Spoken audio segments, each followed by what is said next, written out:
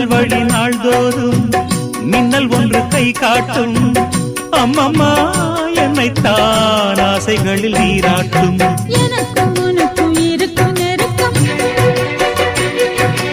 இளமை தொடங்கி முதுமை வரைக்கும்.